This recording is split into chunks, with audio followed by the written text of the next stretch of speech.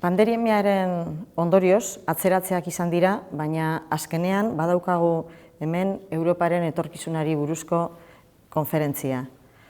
Oso momento interesgarria eta garrantzitsua Europarentzat eta gu guztiontzat. Europaren eraikinean euskaldunok aspalditik gaude. 1958ko Hagako konferentziaretan edo kongresoan euskaldunak han ziren. Talde txiki bat, Agirre lehendakaria buruzala. Orduan hasi ziren ilusioz eta indarrez asmatzen, orduan martxan hasi zen Europa hura. Orain berriro momento oso garrantzitsu bat daukagu eta aukera paregabe bat gure aurrean.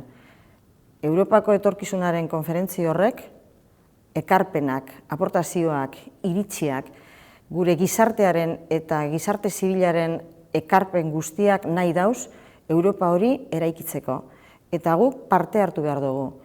Eurobaskek eta Eusko Jaurlaritzak sortu dauen plataforma hau, plataforma honetan mintegiak egin duguz, liburuak atarako duguz, eta beste gauza asko. Baina horretan gauze guztien artean, adituak egongo dira, baina adituak ez zarenok ere aukera bat daukazue parte hartzeko.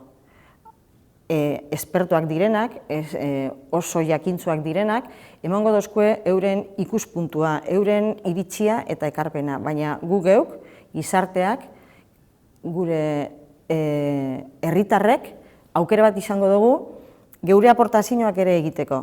Eta Eurobaskek, horrikaz guztiakaz, Europara eroango dau, euskaldunon, gure Europar hiritarren iritzia, guk asmatzen dugun hori, Europa hori, eraikitzeko.